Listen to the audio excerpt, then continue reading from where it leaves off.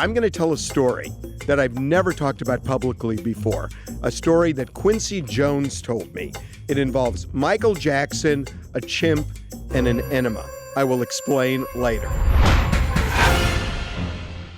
Mark, we're going to talk about the Netflix show The Verdict, about the Michael Jackson molestation trial. You are prominently featured in this documentary. You know, I did a Pierce Morgan show, and there was a guy on there who referenced you and referenced celebrity justice. Yep, we covered it. We covered it wall to wall.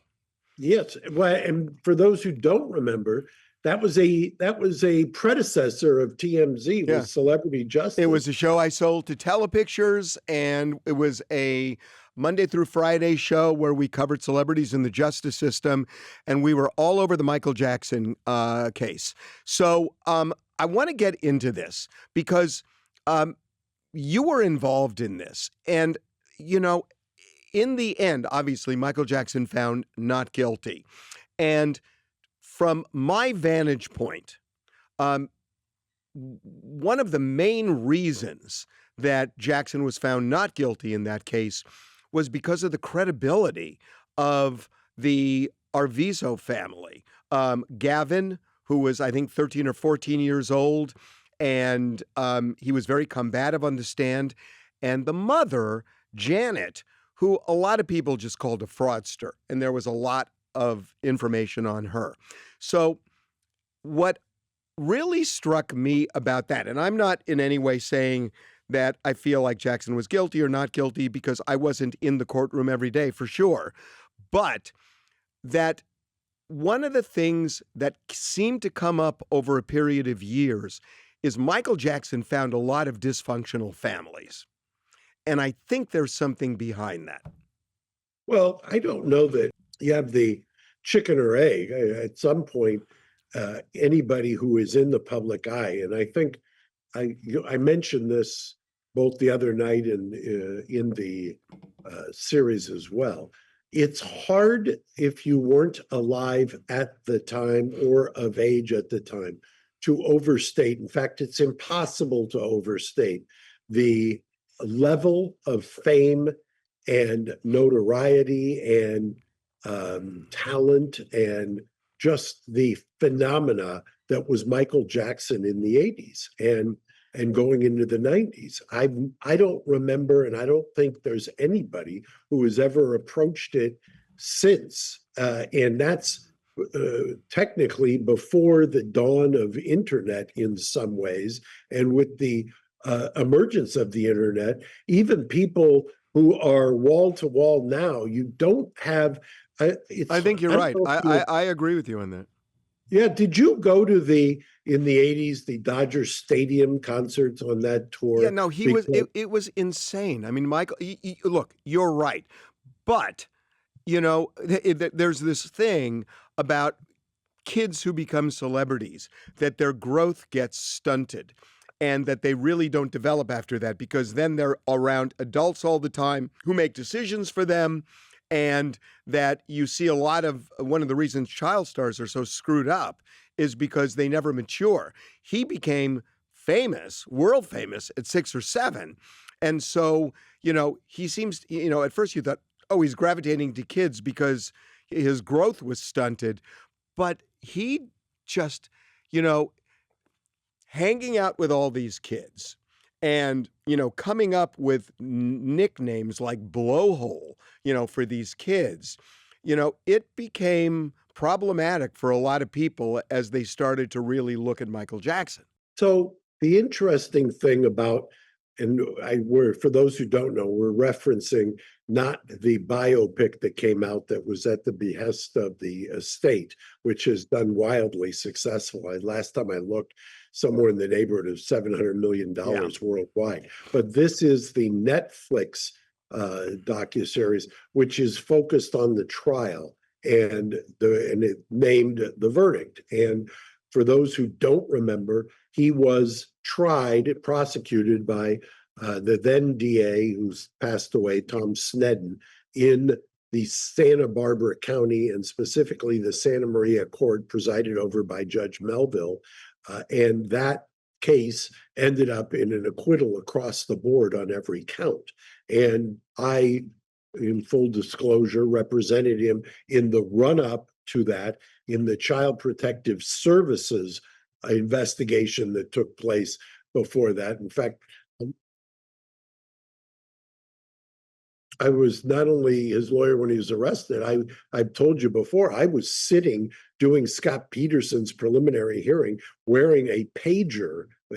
For those who don't remember what a pager was, it's something that vibrates on your belt when somebody wants to get a hold of you. I was doing Scott's prelim and got a page that from 805 area code, which is Santa Barbara, and that it was search warrants being executed. We had to scramble a jet, go get him, go pick up Michael from Vegas and take him to surrender because there were search warrants being executed. I remember that well. We covered that, and there was a lot of drama on that flight. Michael Jackson was in a bad state.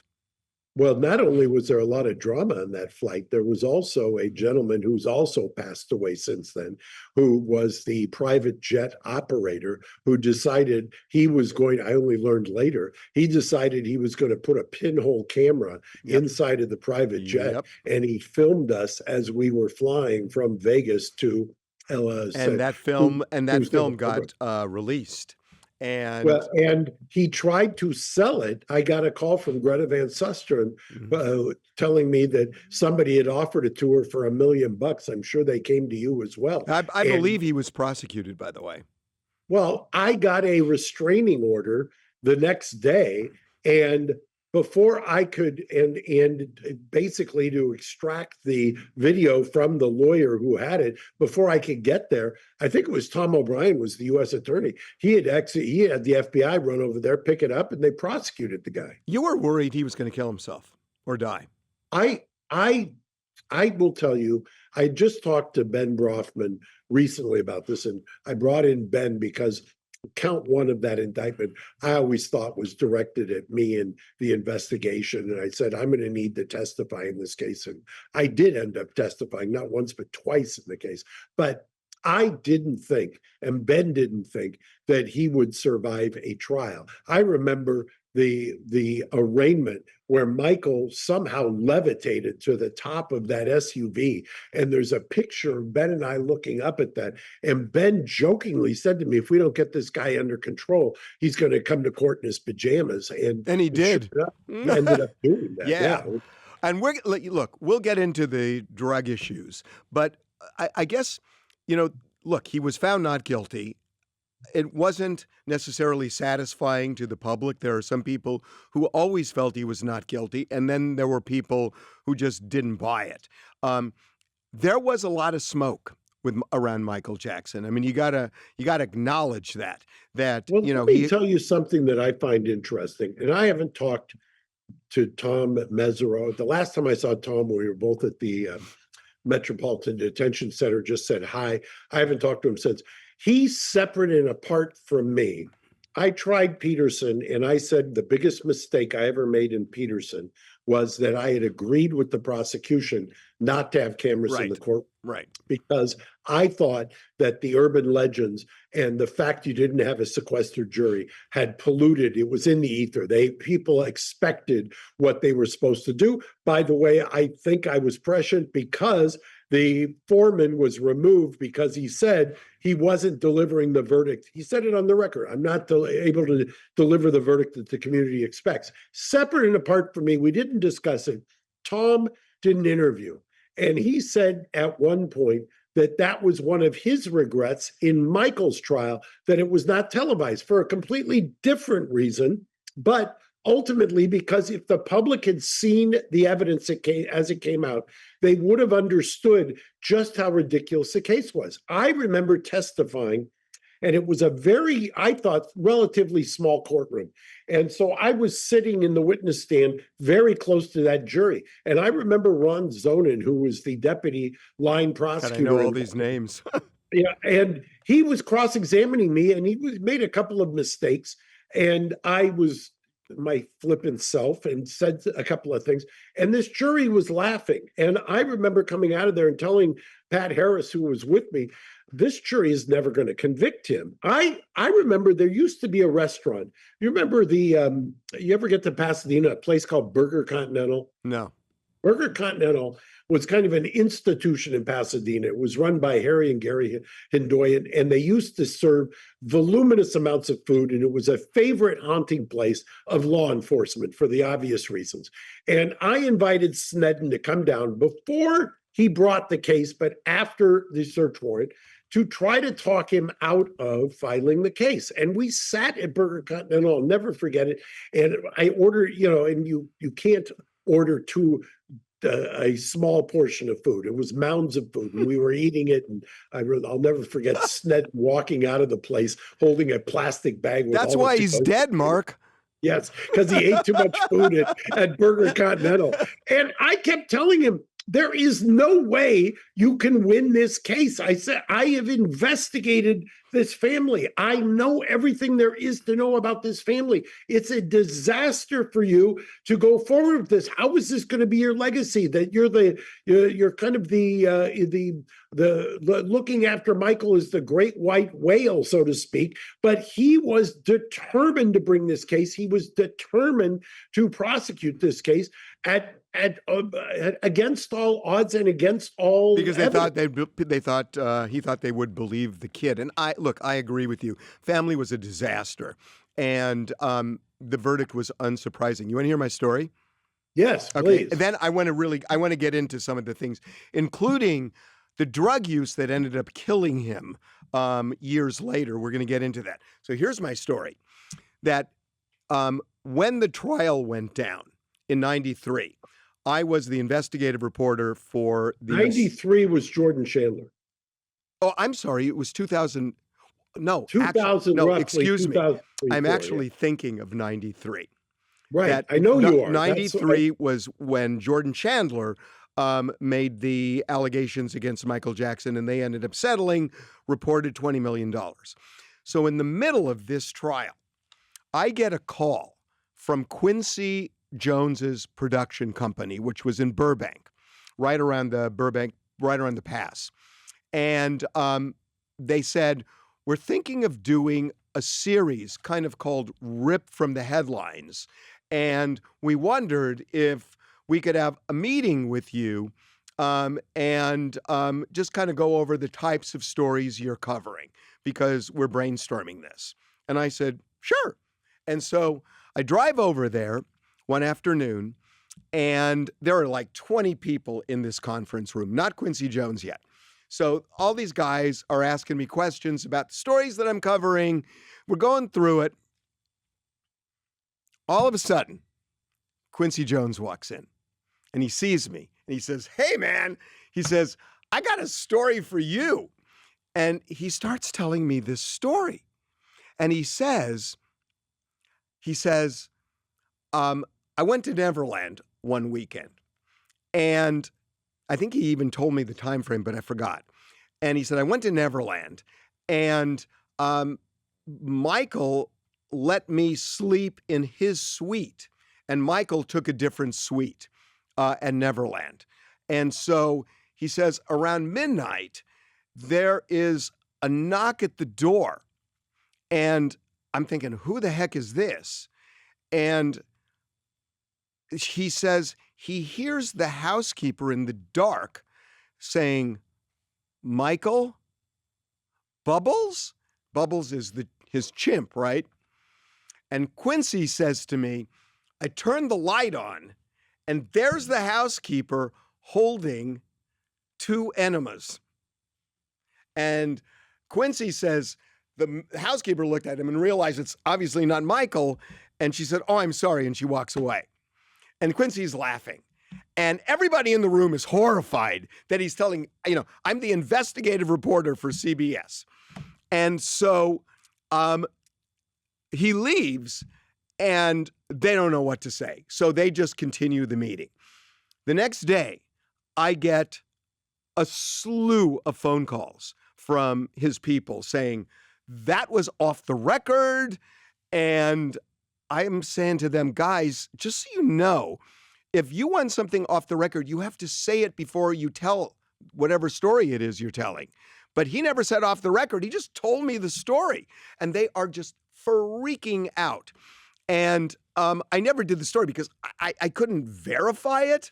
But this is Quincy Jones telling me this story. And I've never talked about it before, but it was just, it's just one of those things that shows his life was so bizarre. And, it kind of opens the door to a lot of what we were hearing at that point and thereafter. So have you ever been to Neverland, or No, were you ever nope, in Neverland? nope, nope. So people, I remember when representing Michael, and even in years since, would you ever, one of the questions is, besides how do you sleep at night when you defend these people, one of the other common refrains was, What's would you ever, Neverland like? They want to know. yeah, Of course. would you ever take your son to Neverland? And I said, well, actually, yes, I've taken Jake to Neverland. And there was a two-story video arcade. I call it two-story because it appeared to be.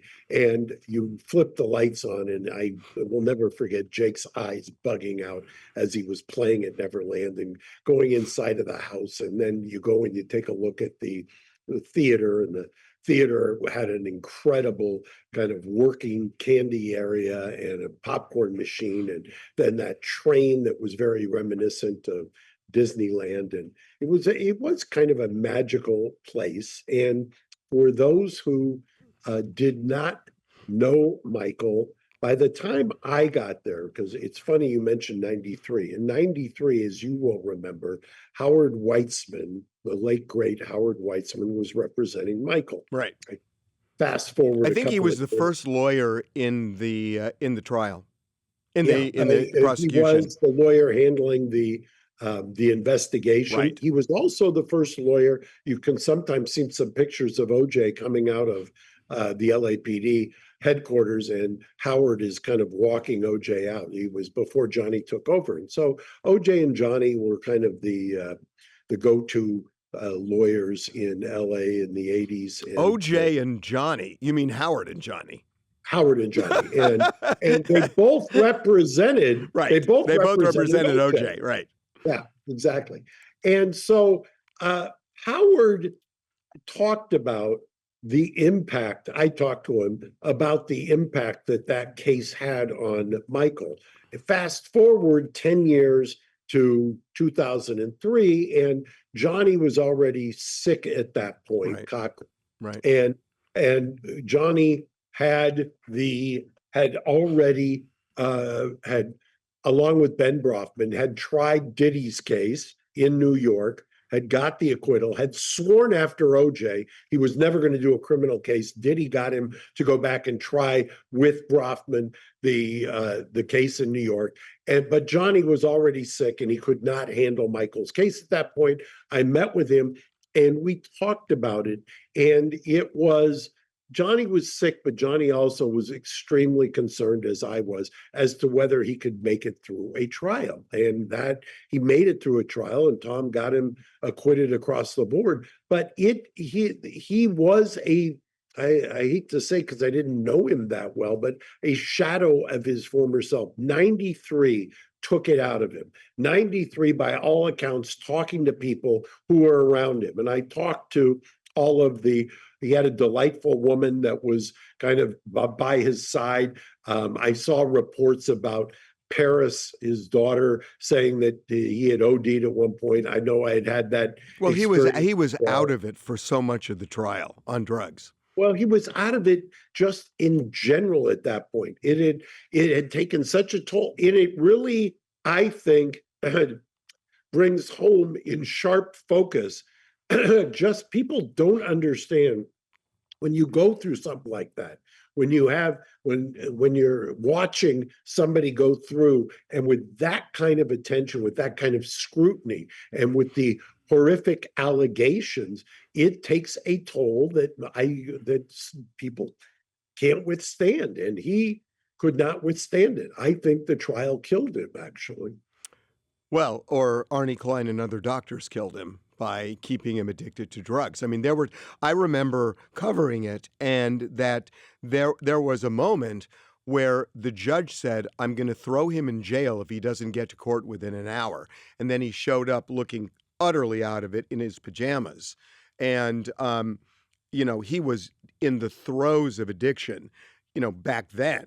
And, it didn't take many years thereafter for him to die from it. But Michael Jackson, by that time, was a drug addict for years. And again, it happened because of the Pepsi commercial, and doctors would never take him off it. They just kept fueling it. So in a way, he was really the victim of doctors, but he had been an addict for many years before that trial, Mark. Well, the fact of somebody having that kind of scrutiny and being criminally prosecuted and worrying about the consequences, so to speak, and that was a constant worry. And even the brief amount of time in the cell when he was booked and then released, he came out and he was very, very vocal about how impactful that was.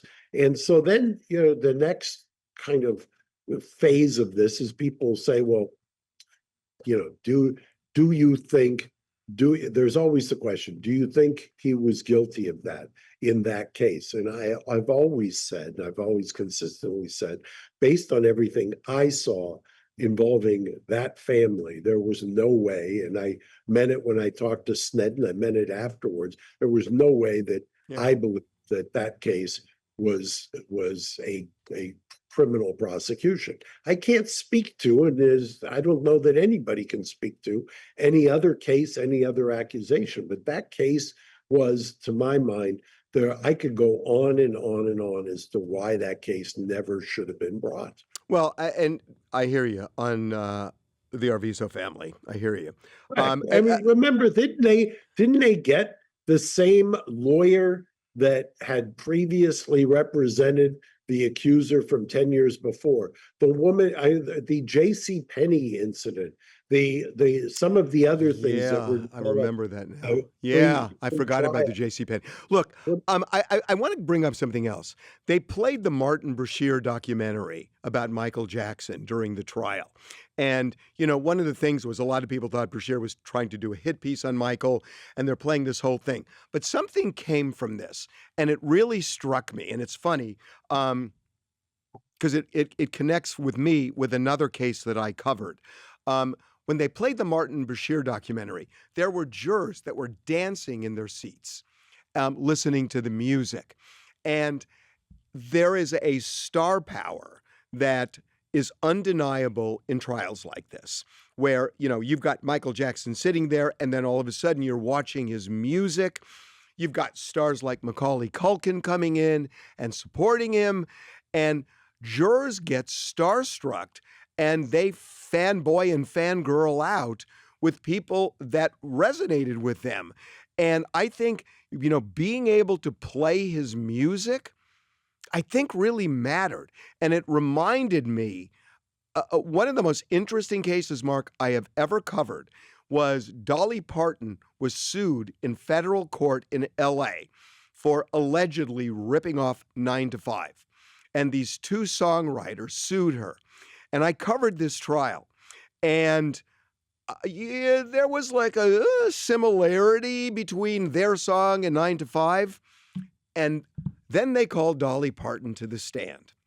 And she gets up and walks past the jurors. And I could see probably 4 or 5 of them already were saying not guilty, not liable, as soon as she passed them. But man, she sat down with a guitar. And the lawyer started saying, I want to go through your history of songwriting. And she starts playing songs that where she was a little girl. And then she starts playing some of the hit songs that she had.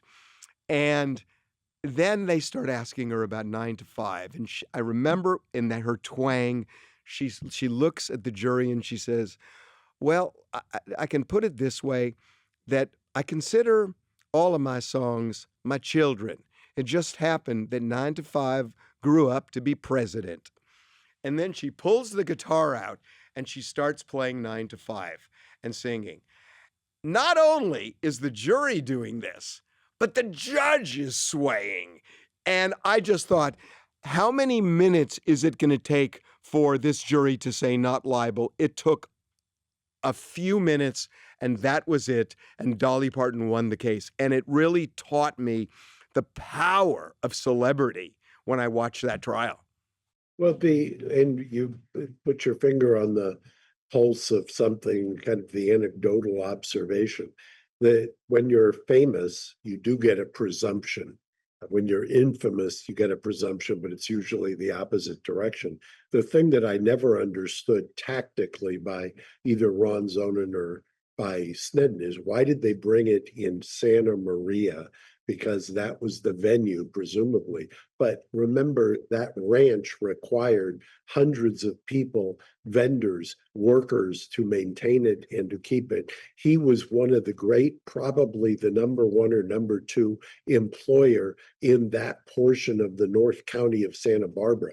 Everybody had 1 or 2 degrees of separation to Michael Jackson. And the one thing that you will find back then historically is that he was a very generous employer. So I never understood how they were going to come over that, get over that, because he knew everybody. That was his home base. But after they did the search warrant, he really never wanted to go back there. It had been tarnished for him. It had been, it was a place of not fond memories, for lack of a better term. Well, it also just fell into deep, deep disrepair, and it was getting repossessed. I mean, when he died, he was underwater, which is really kind of amazing, underwater financially. And now the estate is worth hundreds of millions, if not $1 billion plus. And it is remarkable how that turned around, because Michael Jackson was deep in debt when he died. And, part of, Neverland, I believe there were repossession actions going on at some point on the ranch. For some reason, I And want they to and say they and, that and I think it's one of the reasons he sold some of the catalog to keep it afloat, but he was in really deep, deep, deep trouble financially. yeah, I think the Tom Barak and Colony Capital, I think, Yeah, ended up yeah. picking up Neverland, and Barak had that. I think he's ambassador to Turkey now, and but part of the financial straits at the time, and you're absolutely right. When he was prosecuted, it was a dire financial crisis Did for you get him. paid? Yes, but that's a story that I'm under an NDA on. But you actually got paid, because a lot of people haven't been paid by Michael Jackson. And that was a story that, in fact, Ed Bradley at CBS, who's now passed away, they did both a 60 Minutes interview, a series of interviews, and they licensed his Michael's special at the same time. And there was a lot of accusation at the time that there was linkage there, which Ed Bradley denied, as I remember. But he had tremendous financial issues back then, not the least of which was because of his generosity and spending. Well, wild spending. Did Mesereau get paid? I don't know, because I was kind of knee deep at the time in Peterson, and I don't know what Tom's arrangements were. Tom is still, when I saw him the other day, He's virtually, a great lawyer. Person. Yeah, he's a great lawyer, and he'll be remembered for that case. That was his kind of signature achievement. So, in the end, I'm just curious what you think about how the public received the verdict, because you were in the middle of it. I had my own vantage point. You think people bought the verdict, or you think he got away with it? Did you think the public felt he got away with it? So I think that the public felt at the time, I think time has an interesting way of changing people's perception. But I think at the time, no. And I think that's one of the reasons that probably should have been televised along with Peterson for the opposite reason. Because I think if people had seen the quality of the evidence, that they had seen and been able to judge the credibility of the witnesses, it would not have been a surprise. The problem you've got when cases aren't televised is that you're always relying on somebody else to be your historian, and then that's always being filtered through whatever team, so to speak, they're rooting for, and that's not fair. Yeah, you're right. You're absolutely right. Okay. Really interesting. I haven't seen it yet, but I'm going to watch it. It's The Verdict on Netflix. And I was told this morning, believe it or not, coming on they talk about the Michael Jackson and the success and enduring success. You've got the biopic, which is closer to $1 billion now, like a breakout success. You then have this Netflix show, which I was told this morning is number 1 in over 80 countries. It's only dropped or been dropped for 2 days. yeah, it's amazing. Okay, my friend. See you next week. Bye-bye.